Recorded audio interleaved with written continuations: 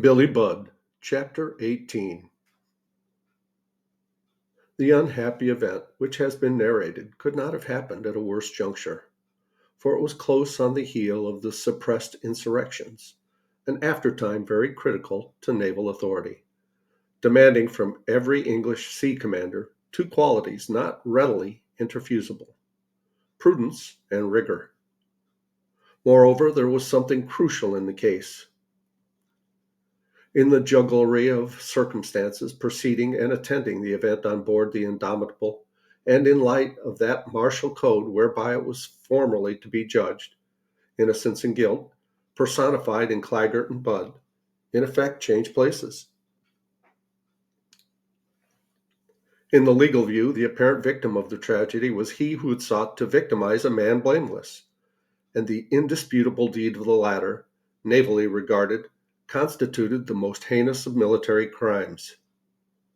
Yet more, the essential right and wrong involved in the matter, the clearer that might be, so much the worse for the responsibility of a loyal sea commander, inasmuch as he was authorized to determine the matter on a primitive legal basis.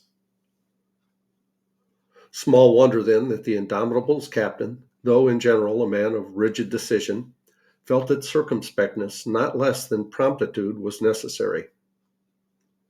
Until he could decide upon his course, and in each detail, and not only so, but until the concluding measure was upon the point of being enacted, he deemed it advisable, in view of all the circumstances, to guard as much as possible against publicity. Here he may or may not have erred. Certain it is, however, that subsequently in the confidential talk of more than one or two gun rooms and cabins, he was not a little criticized by some officers, a fact imputed by his friends and vehemently by his cousin Jack Denton, to professional jealousy of starry Vere. Some imaginative ground for invidious comments there was: the maintenance of secrecy in the matter, the confining of all knowledge of it for a time to the place where the homicide occurred, the quarter-deck cabin. In these particulars lurks some resemblance to the policy adopted in those tragedies of the palace which have occurred more than once in the capital founded by Peter the Barbarian, great chiefly by his crimes. The case was such that fain would the Indomitable's captain have deferred taking any action whatever respecting its further, than to keep the foretopman a close prisoner till the ship rejoined the squadron, and then submitting the matter to the judgment of his admiral. But a true military officer is in one particular like a true monk. Not with more of self-abnegation will the latter keep his vows of monastic obedience than the former his vows of allegiance to martial duty. Feeling that unless quick action was taken on it, the deed of the foretopman, as soon as it should be known on the gun decks, would tend to awaken any slumbering embers of the Nore among the crew, a sense of the urgency of the case overruled in Captain Vere every other consideration. But though a conspicuous disciplinarian, he was no lover of authority for mere authority's sake. Very far was he from embracing opportunities for monopolizing to himself the perils of moral responsibility, none at least that could properly be referred to an official superior, or shared with him by his official equals or even subordinates. So thinking, he was glad it would not be at variance with usage to turn the matter over to a summary court of his own officers, reserving to himself, as the one on whom the ultimate accountability would rest, the right of maintaining a supervision of it, or formally or informally interposing at need. Accordingly, a drumhead court was summarily convened. He elected the individuals composing it: the first lieutenant, the captain of marines, and the sailing master. In associating an officer of marines with the sea lieutenant in case having to do with a sailor, the commander perhaps deviated from general custom. He was prompted thereto by the circumstances that he took that soldier to be a judicious person, thoughtful and not altogether incapable of grappling with a difficult case unprecedented in his prior experience. Yet even as to him he was not without some latent misgivings, for withal he was an extremely good-natured man, an enjoyer of his dinner, a sound sleeper, and inclined to obesity. The sort of man who, though he would always maintain his manhood in battle, might not prove altogether reliable in a moral dilemma involving aught of the tragic. As to the first lieutenant and the sailing master, Captain Vere could not but be aware that though honest natures of approved gallantry upon occasion, their intelligence was mostly confined to the matter of active seamanship and the fighting demands of their profession. The court was held in the same cabin where the unfortunate affair had taken place. This cabin, the commander's, embraced the entire area under the poop deck. Aft and on either side was a small stateroom, the one room temporarily a jail and the other a dead house, and a yet smaller compartment leaving a space between, expanding forward into a goodly oblong of length coinciding with the ship's beam. A skylight of moderate dimensions was overhead, and at each end of the oblong space were two slashed porthole windows, easily convertible back into embrasures for short carronades.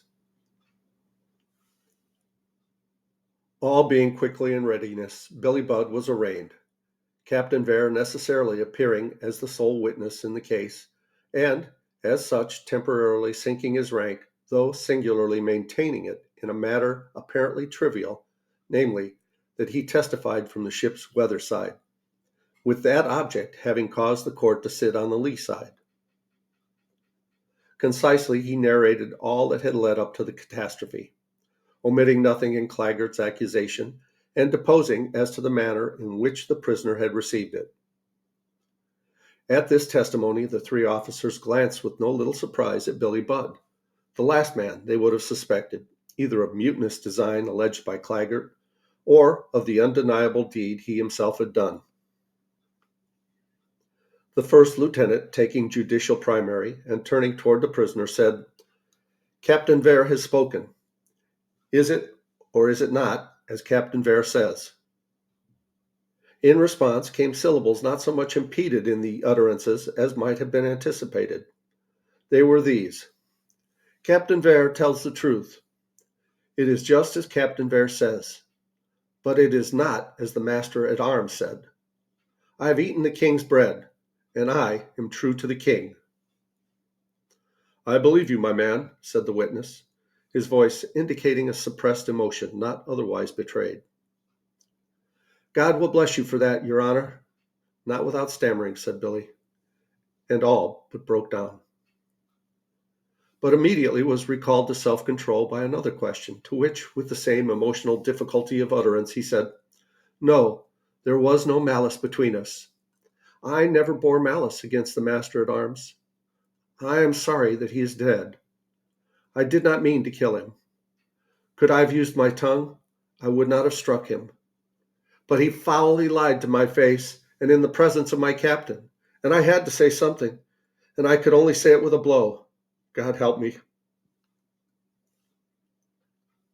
In the impulsive, above-board manner of the frank one, the court saw confirmed all that was implied in words that just previously had perplexed them. Coming as they did from the testifier to the tragedy, and promptly following Billy's impassioned disclaimer of mutinous intent, Captain Vere's words, "I believe you, my man." Next, it was asked of him whether he knew of or suspected aught savoring of incipient trouble, meaning mutiny, though the explicit term was avoided, going on in any section of the ship's company. The reply lingered. This was naturally imputed by the court to the same vocal embarrassment which had retarded or obstructed previous answers. But in main it was otherwise here, the question immediately recalling to Billy's mind the interview with the afterguardsman in the forechains. But an innate repugnance to playing a part at all approaching that of an informer against one's own shipmates, the same erring sense of uninstructed honor which had stood in the way of his reporting the matter at the time, though as a loyal man-of-war's man it was incumbent on him, and failure to do it, charged against him in proving, would have subjected him to the heaviest of penalties. This, with the blind feeling now his that nothing really was being hatched, prevailed with him. When the answer came, it was a negative. "One question more," said the officer of Marines, now first speaking, and with a troubled earnestness. "You tell us that what the master of arms said against you was a lie. Now why should he have so lied, so maliciously lied, since you declare there was no malice between you?" At that question, unintentionally touching on a spiritual sphere, wholly obscure to Billy's thoughts, he was nonplussed, evincing a confusion indeed that some observers, such as can be imagined, would have construed into involuntary evidence of hidden guilt. Nevertheless, he strove some way to answer, but all at once relinquishing the vain endeavor, at the same time turning an appealing glance toward Captain Vere, as deeming him his best helper and friend. Captain Vere, who had been seated for a time, rose to his feet, addressing the interrogator. "The question you put to him comes naturally enough, but how can he rightly answer it, or anybody else, unless indeed it be he who lies within there," designating the compartment where lay the corpse. "But the prone one there will not rise to our summons. In effect, though, as it seems to me, the point you make is hardly material.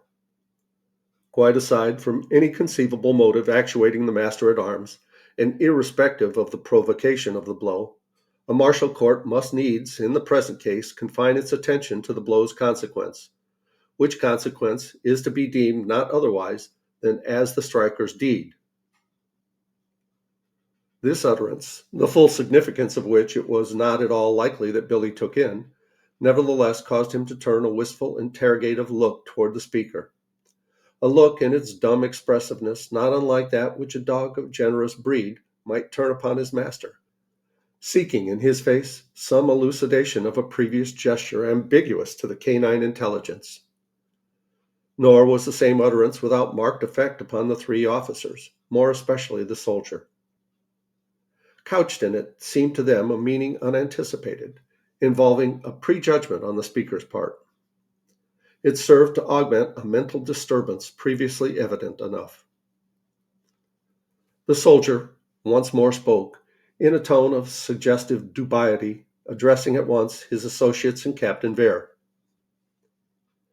"Nobody is present, none of the ship's company, I mean, who might shed lateral light, if any is to be had, upon what remains mysterious in this matter?" "That is thoughtfully put," said Captain Vere. "I see your drift. Aye, there is a mystery, but to use a scriptural phrase, it is a mystery of iniquity, a matter for psychological theologians to discuss. But what has a military court to do with it? Not to add that for us, any possible investigation of it is cut off by the lasting tongue-tied, him in yonder," again designating the mortuary stateroom. "The prisoner's deed, with that alone we have to do." To this, and particularly the closing reiteration, the Marine soldier, knowing not how aptly to reply, sadly abstained from saying aught. The first lieutenant, who at the outset had not unnaturally assumed primacy in the court, now, overrulingly instructed by a glance from Captain Vere, a glance more effective than words, resumed that primacy. Turning to the prisoner, "Bud," he said, and scarce in equitable tones, "Bud, if you have aught further to say for yourself, say it now." Upon this, the young sailor turned another quick glance toward Captain Vere. Then, as taking a hint from that aspect, a hint confirming his own instinct that silence was now best, replied to the lieutenant, "I've said all, sir." And we'll pause here, and we'll continue with this chapter in the next video. Please like, subscribe, and leave a comment below. I'd love to hear from you guys. I love you. As Tigger says, ta-ta for now.